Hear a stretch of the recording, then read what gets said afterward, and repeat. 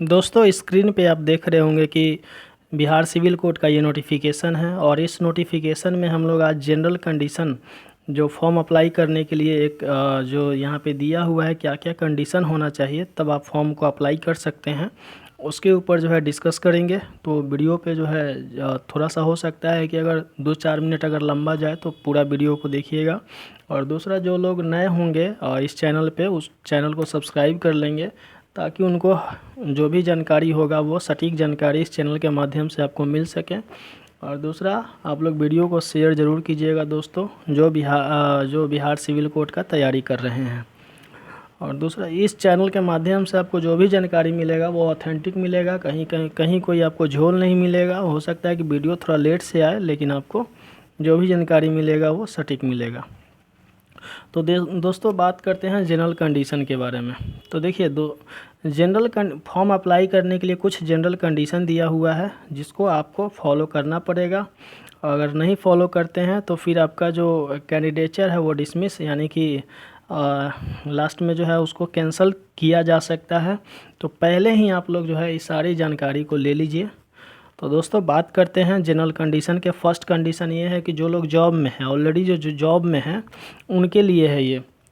मान लेते हैं कोई पीएसयू में है, पीएसयू यानी कि पब्लिक सेक्टर अंडरटेकिंग में है या गवर्नमेंट सेक्टर में, जैसे रेलवे हो गया भारत सरकार का कोर सेक्टर है तो गवर्नमेंट सेक्टर हो गया। जैसे कोई बैंक में है तो बैंकिंग सेक्टर में जो है वो पीएसयू में कहलाता है। तो उस तरह से उसके बाद जो भी लोग इस जॉब में ऑलरेडी इस टाइप के जॉब में हैं उनके लिए कंडीशन ये है कि फॉर्म अप्लाई करने से पहले आप अपने विभाग से अपने डिपार्टमेंट से एक एनओसी फॉर्म आप जो है एनओसी जो है ले लीजिए। एनओसी नो का मतलब होता है नो ऑब्जेक्शन सर्टिफिकेट। इसका ये अर्थ है कि यहाँ पे अगर आप फॉर्म ये अगर ले लेते हैं एनओसी अगर आप अपने डिपार्टमेंट से ले लेते हैं तब जा कर के आप फॉर्म भरिएगा, क्योंकि इसमें स्पष्ट लिखा हुआ है दोस्तों। देखिए आपको पढ़ करके भी बता देते हैं कि candidates in government public sector undertaking और placed on deputation must take prior permission NOC of the employer before filling in the application form and the details of the same must be filled at the time of filling online application. Such candidates are advised to preserve the permission NOC letter obtained from their employer to produce the same whenever required. यहाँ पे सीधा लिखा हुआ है कि online जो filling है application filling करते समय आपको एनओसी लेना ज़रूरी है। यानी कि अगर जब आपका फॉर्म भरने का ये खुलेगा पोर्टल या वेबसाइट पे फॉर्म भरने के लिए जो लिंक दिया जाएगा हो सकता है कि आपको वहाँ पे एनओसी का जो सर्टिफिकेट नंबर जो होता है या एनओसी का जो नंबर होता है या स्कैनिंग करके वहाँ पे ले इसलिए आप लोग जो है पहले से जो है इस चीज़ पे जो है ध्यान दीजिए। अगला कंडीशन देखिए दोस्तों, अगला कंडीशन है कि अगला कंडीशन कि मान लेते हैं कि अच्छा चलिए पढ़ के पहले सुनाते हैं उसके बाद इस पे बताते हैं। Prescribed educational qualification is minimum and mere possession of the same does not entitle any candidate to be called for test. The committee reserved the right to scrutinize applications of the candidates on the basis of educational qualification and or experience of the working in the similar capacity in the state central government offices undertaking। देखिए दोस्तों एक चीज़ इसमें बताना चाहेंगे कि ये चीज़ जो लिखा हुआ आपको दिख रहा है ये लिखा जाता है कब, जब आपका पीटी का एग्ज़ाम नहीं होता है तब लिखा जाता है। ठीक है, ये पीटी का एग्ज़ाम यानी कि फॉर्म को स्क्रूटनी करना है। स्क्रूटनी मतलब होता है कि मान लेते हैं कि अगर 100 फॉर्म है हमको मात्र 10 का ही एग्ज़ाम एक सीट है। अब फॉर्म अप्लीकेशन हो गया 100 अप्लाई हो गया 100 लड़का जो है अप्लाई कर दिया और हमको 10 गुना ही लड़कों को बुलाना है एग्ज़ाम लेने के लिए। यानी कि एक सीट है 10 लड़कों को बुलाना है एग्ज़ाम लेने के लिए और 100 लड़का अप्लाई किया गया है तो वहाँ पे इस कंडीशन को अप्लाई किया जाता है।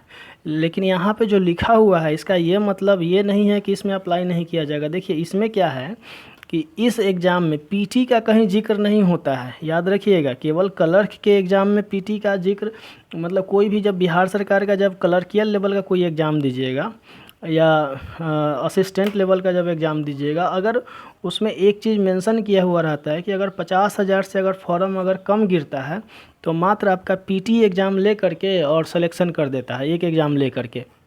लेकिन अगर 50,000 से अगर ज़्यादा अगर फॉर्म अप्लाई हो जाता है तो वहाँ पे स्क्रूटनी करता है फॉर्म का। और स्क्रूटनी करने के लिए जो है, पहले जो होता था, जैसे आप अमीन में देखे होंगे कि नंबर बेस पे स्क्रूटनी कर देता है इतना नंबर पे, लेकिन अब स्क्रूटनी करने के लिए स्क्रीनिंग टेस्ट लिया जाता है जिसको हम लोग पीटी का एग्ज़ाम बोलते हैं। तो ये तो इस तरह से जो है, जैसे मान लेते हैं कि आप जैसे इसमें अगर स्क्रूटनी करने का अगर इसको होगा तो उस टाइम में जो है आपको सिर्फ मार्क्स, जैसे एजुकेशनल क्वालिफ़िकेशन के आधार पे स्क्रूटनी करेगा, या उससे अगर नहीं होता है, एजुकेशन क्वालिफ़िकेशन अगर दोनों का सेम होता है तो उसके बाद जो है आपको वर्क एक्सपीरियंस देखा जाएगा, कैपेसिटी देखा जाएगा। और आप जो है, आपका मान लेते हैं किसी अदर स्टेट गवर्नमेंट में या सेंट्रल गवर्नमेंट में जॉब में है तो आपका एक्सपीरियंस वहाँ पे काम आता है। तो ये सारा चीज़ इसमें है, यानी कि आप समझ गए होंगे। अगर नहीं समझे होंगे तो फिर से इस नीचे कमेंट कीजिएगा क्या है सो जो चीज़ आपको समझ में नहीं आएगा, क्योंकि इसमें जो है ना, देखिए आपका एक पोस्ट है जो क्लर्क वाला पोस्ट है, उसमें स्क्रूटनी हो सकता है। क्लर्क में जो है स्क्रूटनी नहीं होगा। प्यून वाला पोस्ट में स्क्रूटनी हो सकता है आपको, और दूसरा पोस्ट में स्क्रूटनी नहीं होगा। लेकिन आज के डेट में स्क्रूटनी अब किसी भी पोस्ट में नहीं होगा, आपको पहला पीटी का एग्ज़ाम लिया जाएगा। बात समझ रहे होंगे आप, स्क्रूटनी करने के लिए पीटी का एग्ज़ाम लिया जाएगा, इसलिए आपको इस लाइन से कोई मतलब अब नहीं बनता है। अगला जो लाइन है वो देखिए, candidates are required to mention whether any criminal cases pending against him, her, she convicted in any criminal cases. In the case of conviction in any case, his her candidates shall be cancelled। देखिए एक चीज़ आपको और बताते, candidature is cancel. यहाँ पे एक चीज़ बताना चाहेंगे कि अगर आप किसी केस में इन्वॉल्व हैं, अगर आपके ऊपर कोई केस हो गया है, तो अगर आप कन्विक्टेड हैं यानी कि आप दोषी करार दिया जा चुका है, आपको सज़ा याफ्ता हैं आप, तब आपको यहाँ से जो है वो कैंसिल कर दिया जाएगा फॉर्म को। आप फॉर्म नहीं भर सकते हैं, मतलब फॉर्म भरिएगा भी, बाद में वो आपको कैंसिल कर देगा। लेकिन केवल आपके ऊपर केस चल रहा है, आपको कोई दोषी मतलब अभी तक ठहराया नहीं गया है, आप जो हैं अभी तक सिद्ध नहीं हो पाए हैं कि आप दोषी हैं, आपके ऊपर केवल आरोप लगा है, वो सिद्ध नहीं हुआ है, तो आप फॉर्म को भर सकते हैं, कोई दिक्कत नहीं है। लेकिन जैसे ही आपके ऊपर जो है अगर केस में सज़ा याफ्ता हो गए, सज़ा हो गया आपको, या कन्विक्शन आपको जो है प्रूफ हो गया कि नहीं कन्विक्टेड हैं, तब वहाँ पे आपको जो है ये कैंसिल फॉर्म को कैंसिल कर दिया जाएगा। दोस्तों आगे चलते हैं। In case it is detected at any stage that candidate does not fulfill the eligibility criteria, has furnished incorrect information or suppressed any material information, fail to furnish the required document, his her candidature selection is eligible to be cancelled। देखिए जितना सारा आप eligibility criteria है उसको fill करना होगा, जो भी आप दिए हुए हैं, जो भी आप मेंशन किए हुए हैं कि हमको ये एजुकेशन, इतना एजुकेशन है, वो सब आपको वहाँ पे पेश करना होगा, मतलब प्रूफ करना होगा कि हाँ जो सब चीज़ आपको देना होगा जो आप दिए हुए हैं, जो आप मेंशन किए हुए हैं यहाँ पे एलिजिबिलिटी क्राइटेरिया के लिए कि हम ग्रेजुएशन है तो ग्रेजुएशन का आपको सर्टिफिकेट देना होगा, ईडब्ल्यूएस है तो ईडब्ल्यूएस का सर्टिफिकेट देना होगा, ओबीसी है तो ओबीसी का सर्टिफिकेट देना होगा। चलिए अगला है कैनवासिंग और use of unfair means in any form shell disqualify the candidates.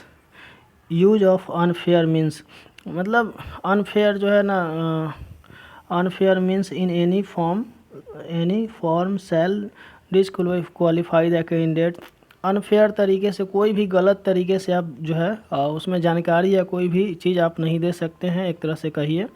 आगे है the candidate shall not be paid any TA for attending test और इंटरव्यू। कैंडिडेट को जो है टीए यानी कि ट्रैवलिंग जो अलाउंस है वो नहीं मिलेगा, आपको आने जाने का खर्चा खुद करना होगा, ये आपको ये नहीं देगा, यानी कि सिविल कोर्ट जो है वो आपको खर्चा वर्चा नहीं देना है, ये चीज़ है इसमें। The candidates are required to bring the documents in support of age, essential qualifications, certificate required for the post, photo identity. देखिए ये सब जो है आपको चाहिए ही।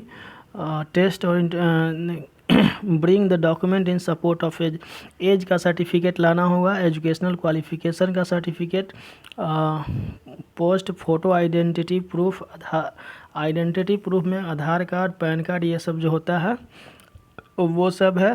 हाँ, एक चीज़ कंप्यूटर प्रोफिशिएंसी टेस्ट का भी सर्टिफिकेट चाहिए, यानी कि सीपीटी टेस्ट का भी सर्टिफिकेट चाहिए, कास्ट सर्टिफिकेट चाहिए, अलॉन्ग द डोमिसाइल सर्टिफिकेट, यानी कि डोमिसाइल सर्टिफिकेट भी चाहिए अगर आप बिहार से हैं तो। और मतलब बिहार क्या, बाहर से भी हैं फिर भी आपको डोमिसाइल सर्टिफिकेट चाहिए। ईडब्ल्यूएस सर्टिफिकेट चाहिए अगर आप ईडब्ल्यूएस से है तो। और उसके बाद में supporting documents for ex serviceman, एक सर्विसमैन अगर आप हैं तो उसके लिए भी डॉक्यूमेंट चाहिए एक सर्विसमैन का। फाइटर, फ्रीडम फाइटर है उसके लिए भी आपको डॉक्यूमेंट चाहिए। Employees of Bihar government certificate, कोई भी आप जॉब में है पहले से उसका सब सर्टिफिकेट चाहिए। एक्स्ट्रा क्वालिफिकेशन है उसका भी सर्टिफिकेट चाहिए। No objection certificate from current employer, no objection certificate भी चाहिए आपको। तो ये सब सर्टिफिकेट भी चाहिए। और जितना सारा अभी जो फॉर्म भरने के लिए जो आपको बताए हैं ये सब चीज़ होना ज़रूरी है दोस्तों। तो दोस्तों ये रहा जनरल कंडीशंस सिविल कोड के लिए फॉर्म अप्लाई करने के लिए दोस्तों। तो वीडियो अगर अच्छा लगा होगा तो लाइक शेयर ज़रूर कर दीजिएगा, कमेंट करके बताइएगा कि आपको और भी क्या इसमें जो है क्या चीज़ का ज़रूरत है, क्या चीज़ आपको कौन सा जानकारी चाहिए, कमेंट ज़रूर कीजिएगा दोस्तों। धन्यवाद।